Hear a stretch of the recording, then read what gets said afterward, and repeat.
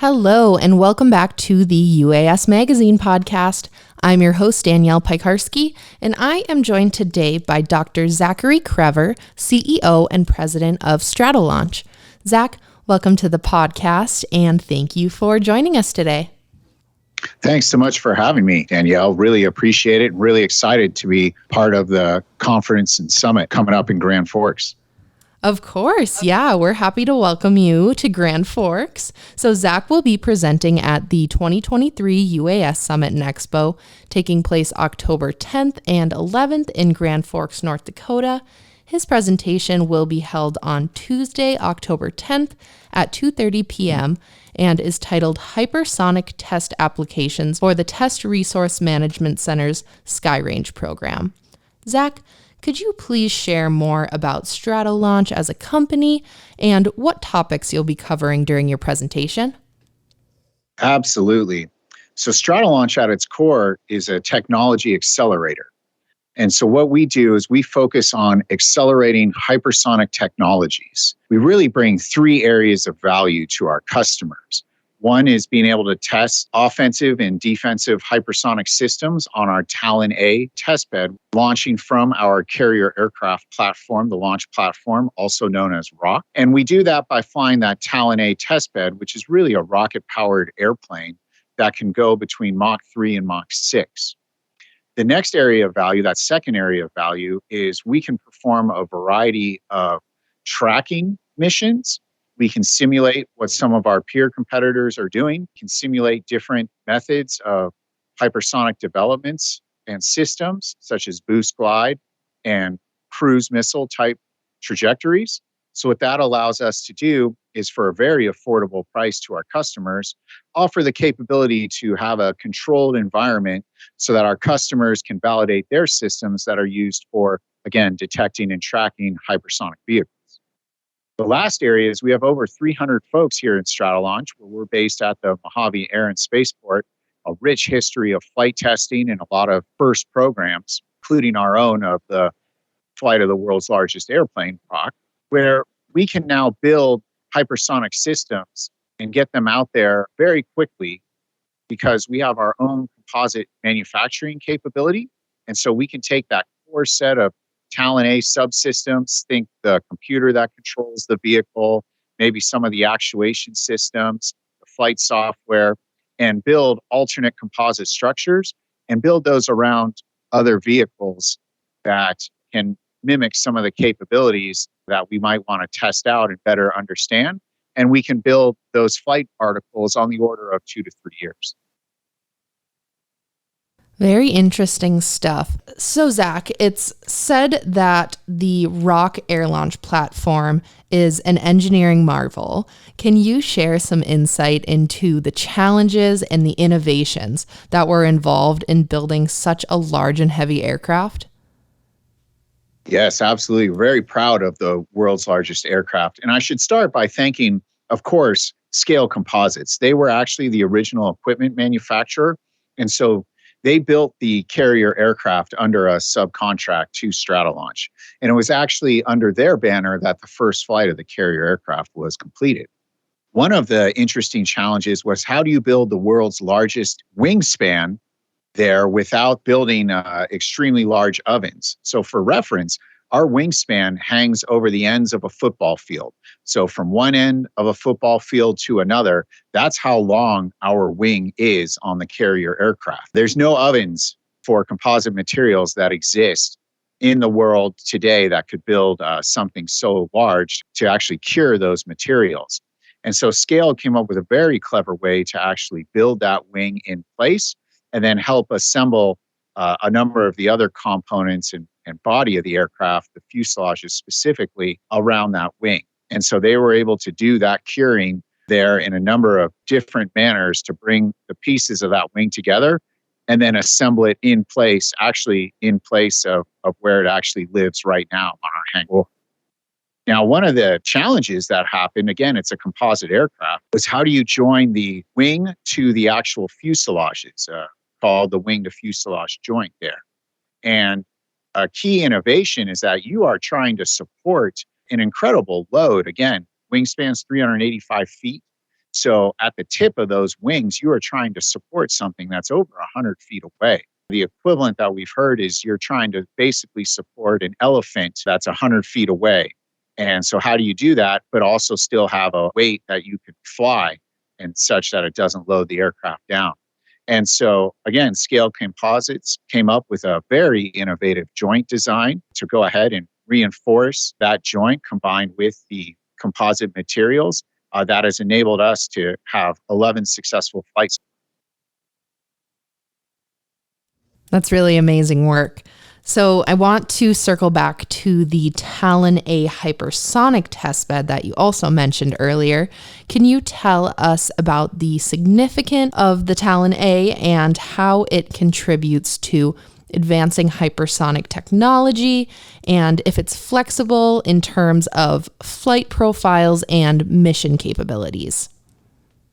Yes, absolutely. Very proud of the Talon A testbed. As mentioned earlier, it's a rocket-powered airplane. And so what that means is it has a tremendous amount of flexibility. As everyone's aware, we fly airplanes to a variety of different airports, different runway lengths, different altitudes. So Talon A has a similar capability where it can fly anywhere from Mach 3 to Mach 6. We can turn around on the order of a week or two. Our goal is to increase that flight test cadence that we need for hypersonics, really be comparable to what was done with X-15 in the 1960s.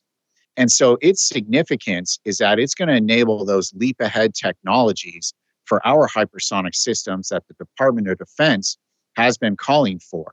So what we can do is we can put technologies that need to fly, think materials, instrumentation, windows, etc., some things I can't mention, put them on our Talon A testbed, fly those in the actual environment, again, for a very affordable price, 2 orders of magnitude compared to what the Congressional Research Services has quoted as how much a flight test costs in the hypersonic area, and do those flights and then return the payloads because it's a reusable aircraft, which a reusable autonomous hypersonic vehicle has never actually existed in the history of this country. And so because of our innovation in bringing that to bear, we'll be able to test those technologies, land them on a runway, return those technologies to the developer so they can quickly see what needs to be improved, get it back, test it in the environment, and then now they put it on the actual operational system such that the operational system has that confidence that it's going to work and it's going to work the first time, again, thereby helping to accelerate the deployment of these hypersonic technologies. That's great. Again, really interesting stuff. So Stratolaunch is a member of the Test Resource Management Center's Skyrange team. What is Stratolaunch's role in this team? And can you elaborate on how this collaboration benefits both organizations and the broader defense community? Yes, absolutely, Danielle. We are excited and very proud to be a member of the TRMC Skyrange team. And that's what our presentation is going to focus about, how we're bringing value to that team, to the larger customer set beyond TRMC to DoD as a whole. And specifically, what are we doing for the Skyrange team in terms of our flight testing? And so our role on the team is to validate the capability of the Skyrange to actually detect and track hypersonic vehicles. As folks can imagine, when you're deploying assets and doing a big, expensive flight test, you want to know that you can trust the data. That's really critical. And so as these Skyrange assets are brought online, these Range Hawks and Predators, we all want to know that we can trust the sensors to collect the data accurately. That's where Stratolaunch comes in. It helps to validate and provide a controlled environment, again, for a very affordable price, where the Skyrange assets can go ahead and collect data in a variety of different Mach numbers, a variety of different flight profiles, as mentioned before. Maybe it's boost glide, maybe it's some of the cruise missile type representation, flying those trajectories, and doing that a wide variety of Mach numbers, such that everyone now knows that the Skyrange data is accurate. And then Skyrange will be deployed to enable a lot of flight testing in this country so that we can collect a variety of data and do it at a really high cadence. Currently, we're collecting data with overhead assets, maybe some shipping assets as well. And sometimes it can take a moment, or you have to test at a really specific time of year so that you can actually have all those assets lined up to collect data. That data is great, of course, it's been tremendously helpful. But having this additional asset will allow us to accommodate the natural delays that occur in flight testing, or sometimes just the weather's not very good that day, so you want to fly the next day or a week later. SkyRange is going to give us that flexibility. Stratolaunch helps validate that everyone can trust the SkyRange data. Super exciting stuff for those within this industry. So we're coming near the end of the podcast, but I did have one final question for you. And I'm just curious, what are some topics that you are looking forward to hearing or learning more about at this year's summit? The summit is great. We were there last year. We're really excited to be a part of it again this year. So I think there's a variety of good topics. As always, we love to hear from the North Dakota Senate delegation. So really looking forward to hearing from Senator Hoeven, Senator Krevor. I know Senator Hoeven is talking with General Saltzman, so looking forward to that discussion. And then Senator Krevor and his panelists as well, talking about some of these UAS topics. Also looking forward to the Range Hawk update from Northrop Grumman, looking a little bit more about what capabilities might be coming down the pike there. And then, of course, hearing some of my fellow panelists there and about how they're contributing to Department of Defense and the UAS initiatives. So I think it's going to be a really well-rounded conference.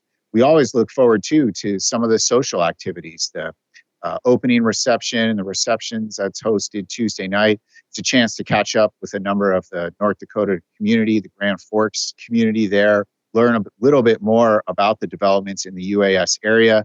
Last year was a real success because we were able to reach back to a number of Grand Forks organizations, understand how they work with regulatory approvals, because Talon A really, granted, it goes a lot faster than maybe your typical UAS, but at its core, it's a UAS as well. So it's going to be a really good summit, and again, we're excited to be able. We're looking forward to it. Again, today we are joined by Dr. Zachary Krevor, CEO and President of Stratolaunch. Zach, thank you so much for joining us today on the podcast. We look forward to seeing you in a few weeks here in Grand Forks. Great. Thanks again, Danielle. Thanks for the opportunity, and we'll see folks soon. Of course. And to our listeners, if you would like to learn more from Zach, be sure to register for the 2023 UAS Summit and Expo and tune in to his presentation at 2:30 p.m. on Tuesday, October 10th in Grand Forks. Thank you for listening today. We hope that you enjoyed this podcast, and we will talk to you next time.